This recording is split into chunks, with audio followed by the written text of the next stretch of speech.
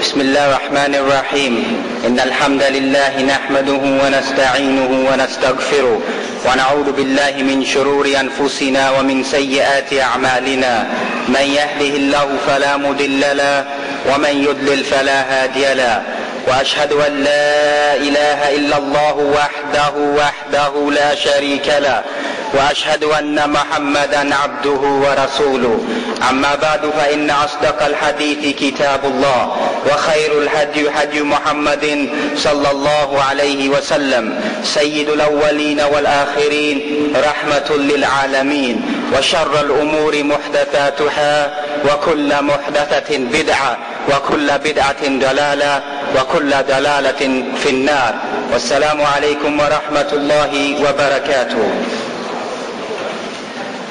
After praising Allah subhanahu wa ta'ala, there is only one dua that comes to my mind, the supplication of Yusuf alayhi salam, Anta waliyi fi dunya wal akhirah, tawaffani musliman wa alhiqni bis salihin. Oh Allah subhanahu wa ta'ala, you are my wali, you are my protector, fi dunya wal akhirah, both in this world and in the hereafter. Tawaffani muslima, and make me die from amongst the Muslims. Wa alhiqni bis salihin, and make me join the righteous. And as we find that today's topic is one of great contention of the 21st century Pharaohs. And I don't want to play on people's emotions tonight, because I know many people want to hear an uprising, a renaissance, an upheaval, a resurgence against whether it be the non-Muslims or the Muslims, or whether it be against the various regimes that we find in front of us today. Because a Muslim should pause and reflect and think of a new approach in the problems that we are currently facing.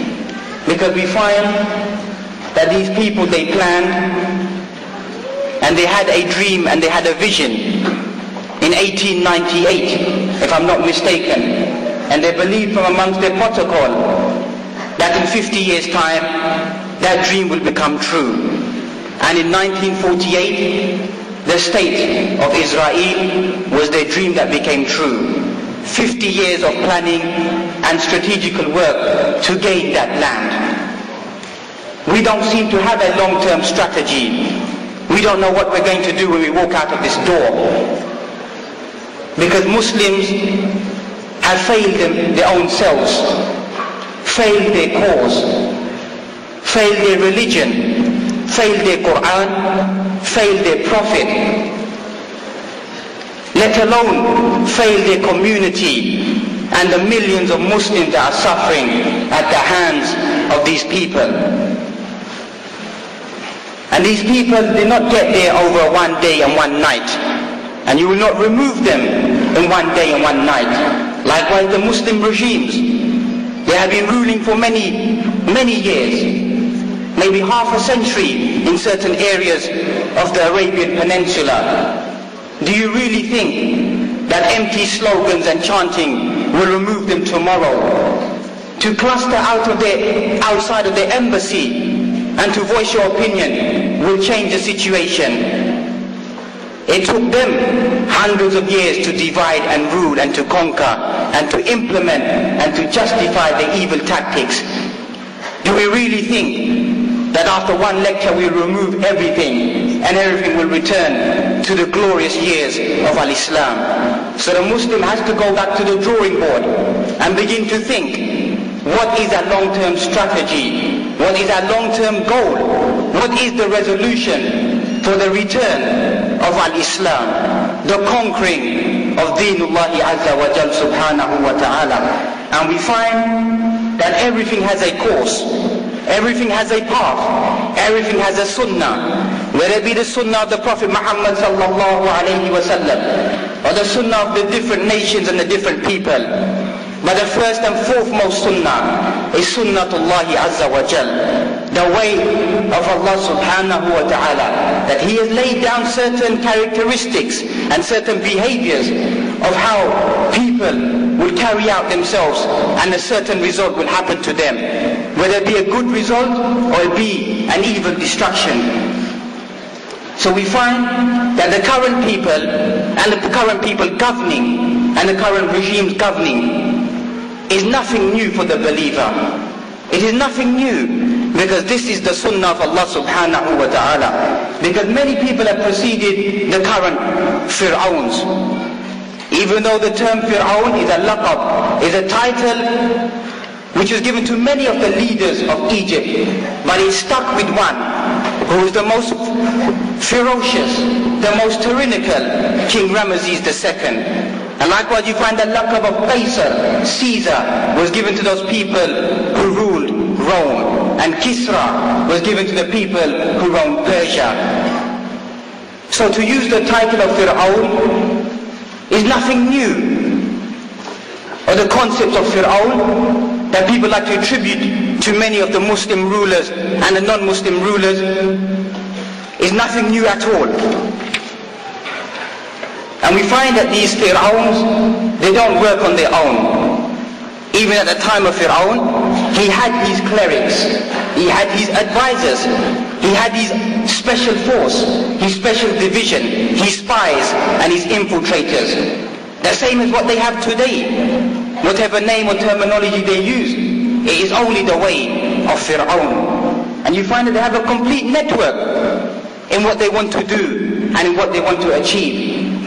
And as far as the Muslim sees, this is time revolving again, a playback of history. That is all that it is for the Muslim. What happened before is happening today, and has been prophesied by the Prophet Muhammad sallallahu alayhi wa sallam. And the greatest example of history is the Quran itself. And we find that Ibn Khaldun in his Muqaddamah, he wrote about the development of any society, where it's education and then development, then it reaches a pinnacle point of understanding and of advancement, and then that society begins to decline. This is a sunnah or development of any society, what Ibn Khaldun wrote in his Muqaddamah. And we find in current day times, people like Samuel P. Huntington, in his Clash of Civilizations, he writes the same words, that every society develops and nurtures till eventually it becomes to a pinnacle point. And then there's only one thing left for that society, it is the ultimate decline. As for from the aspect of the Quran, the decline of any nation is the destruction of that nation. That is the sunnah of the Quran. That is the only difference between the historical findings and the teaching of the Quran. And we find that if we analyze the Quran in great detail, that the Quran can be divided into three broad categories. Whether we talking about Allah subhanahu wa ta'ala, the concepts of at-tawheed, or talking about al-ahkam, rules and regulations, or talking about qasas as-sabiqeen, stories of the past. And in this broad category of stories of the past, you find stories regarding the Rusul, regarding the prophets, whether it be Musa or Isa alayhim as-salam. And also you find Ahlul Kitab, discussion regarding the people of the book, whether it be the Jews or the Christians. And you find al-amthal, similitudes being given in qasas as-sabiqeen, stories of the past. And likewise you find many other aspects which all come under this broad category of being stories of the past. And you find that the Muslim, he goes to the book of Allah subhanahu wa ta'ala to extract the benefit, to learn from these stories of the past, to learn about what happened to these previous nations, and how they developed, how they flourished, and then how they were destroyed. Because enough and sufficient for us is the Quran. Because as soon as we pick up the Quran after Surah Al-Fatiha, we find the beginning of Surah Al-Baqarah, Alif Lam Mim, ذَلِكَ الْكِتَابُ لَا رَيْبَ فِيهِ هدى للمتقين. This is a book which contains no doubt. There is no doubt in this book that everything that has been mentioned inside this book is a haqq, is a reality, is a truth. And we find لا يأتيه الباطل من بين يديه ولا من خلفه تنزيل من حكيم حميد. No falsehood can come within this book, neither from the front or from the back. No way can any falsehood enter into this book. تنزيل من حكيم حميد. Revelation from the All-Wise, the one worthy of all praise. And the Muslim needs to pay heed to this book. إن في ذلك لآيات لقوم يتفكرون. Verily in this book there are ayat, verses for people to ponder and to reflect upon. لقوم يؤمنون. Signs for those people who believe. لقوم يعقلون. Signs for those people who comprehend.